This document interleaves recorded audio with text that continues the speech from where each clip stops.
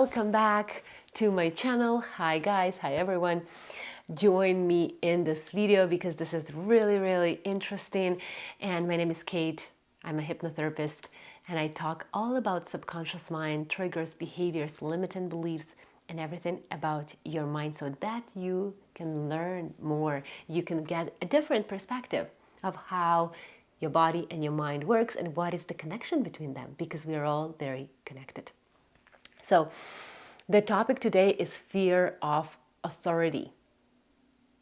How many times you find yourself in front of someone who has higher status, financial or social, your boss, your manager, your supervisor, and maybe a man or a woman who you like and would like to build a relationship, but you feel like, oh, it's not for me. It's not that kind of person, not available to me. He or she's too good. So fear of authority, how to recognize that, why we have fear of authority, and what happens in our mind and our body and why, and what to do about it. Everything in this video. Short video, but very informative, lots of value. So please be with me. So as babies, we are born, we don't care about authority. We're okay. Like, look at how would you criticize a 1-year-old baby? They will be like completely okay with whatever you're saying them, right? They start to learn, of course, criticism, right?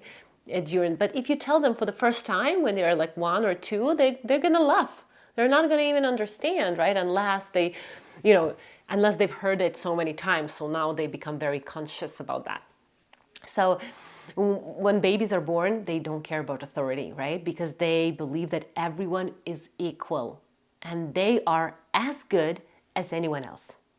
Babies, kids, toddlers, they believe that they are as good, they are the best, they're magnificent, they're gorgeous, they're perfect, and then, they're abundant.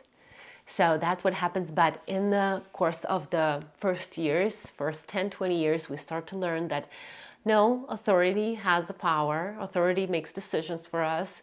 We don't have a choice. We don't have much voice. By the way, how voice is changed when you talk to your boss, that if you have that fear of authority, or if you talk to a person who's like a millionaire, right, or a business person that holds them back, holds themselves so confidently. Think about your voice, how it changes, how it affects your voice, your attitude, your behavior.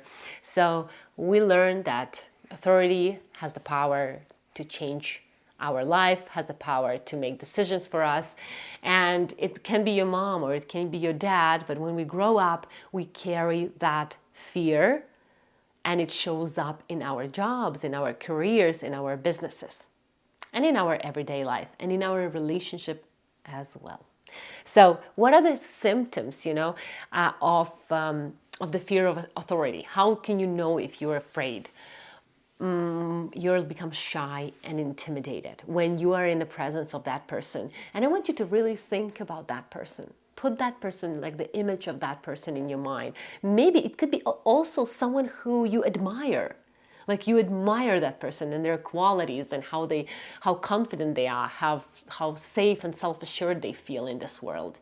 So just put that image of that person, and how do you feel? Shy, intimidated, maybe you feel anxious because you feel like, oh, it's not available to me, that life is not available to me, those qualities are not available to me, that confidence is also not available to me. So think about anxiety is a very big symptom if you have a fear of authority and if that person is in front of you.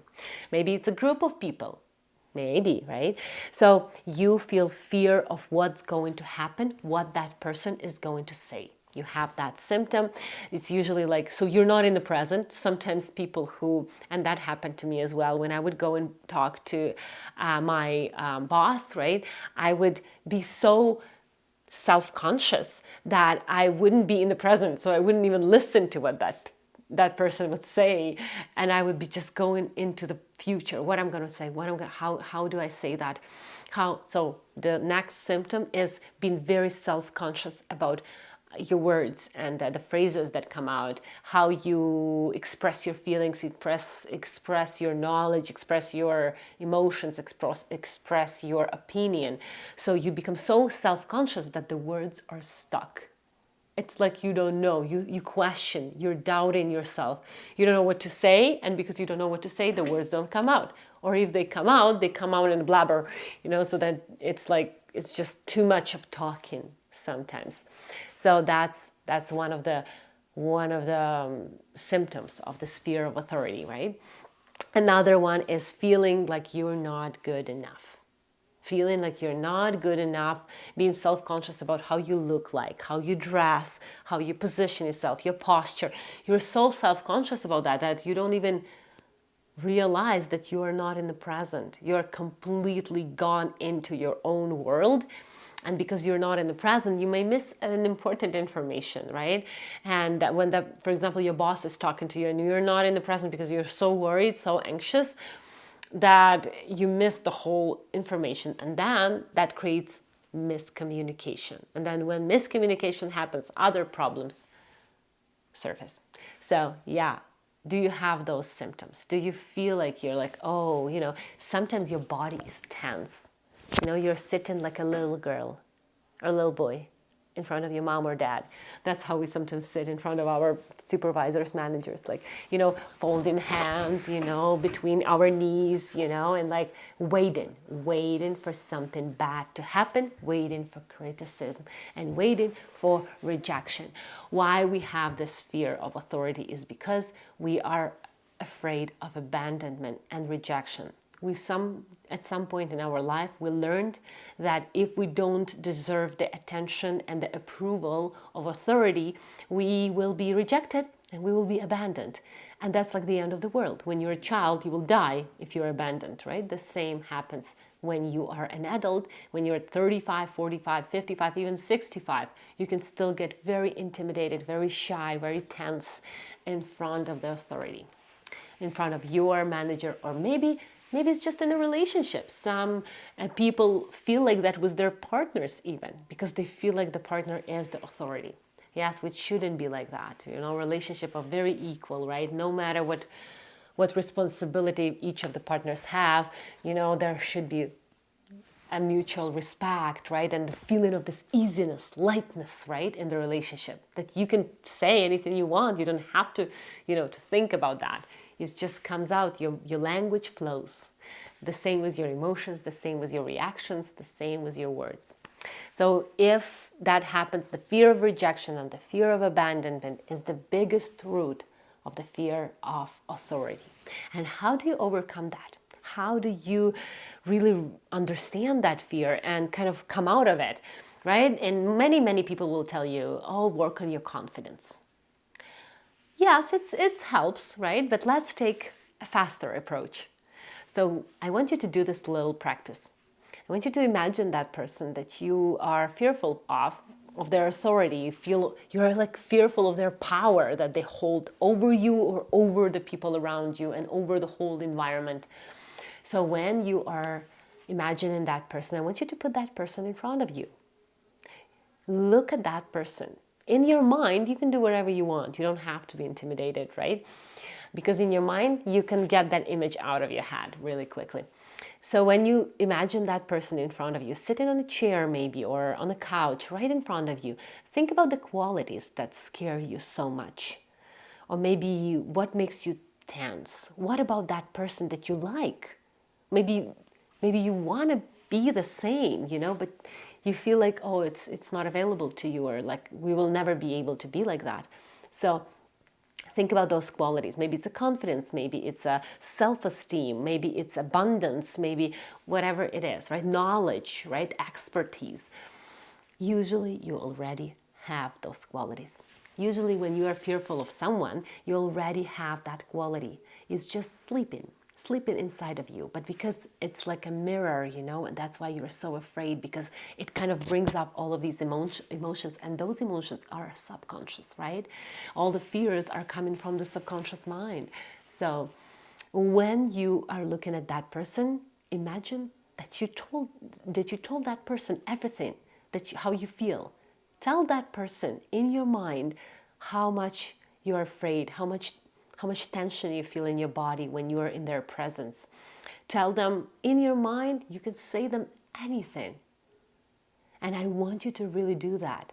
Because when you say that, when you bring it to the surface, like you're telling that person, here you go, I'm so afraid of you.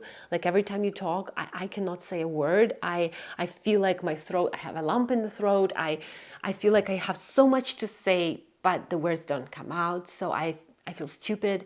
I feel intimidated. And because you position yourself like that, I feel like there is something that is holding me back, right? Like, so take it out, put that, tell that person everything. Like take it, it means that you're bringing that from your subconscious mind into your conscious mind. And this is really important when you recognize all of those feelings. What are the thoughts? What are the emotions in your body? Tell that person everything, you know? Like bring it up, right? And when you do that, I want you to go and you want you to sit in that person's position. Go and switch places. Sit in that person that you imagined position and sit and look and how you feel, you know, how you feel being in that body. Do you want to be in that body? Do you want to be that person? What do you like? What you don't like, right? Be that person. Imagine how it is to be that person. What you like, what you don't like, right? Take what you like. It's like you're sitting in front of that person and you are taking all the qualities that you love. Confidence, self-esteem, self-worth, whatever it is. Kindness maybe. Like, who knows? Like, it's in your mind. So it's your way. And then when you feel that confidence, when you feel being in that person's body, mind, I want you to go back and sit. And in your mind, I want you to just come back into yourself. And how you feel now? You will feel lighter. You will feel like it's possible. I can be that confident. I can. I know I can. So you will feel much better, much lighter because you already expressed first. You decompressed those isolated emotions. And second, you kind of embodied that confidence or whatever it is, right? And you understood that there are so many things that you don't want from that person. You wouldn't want to be that person.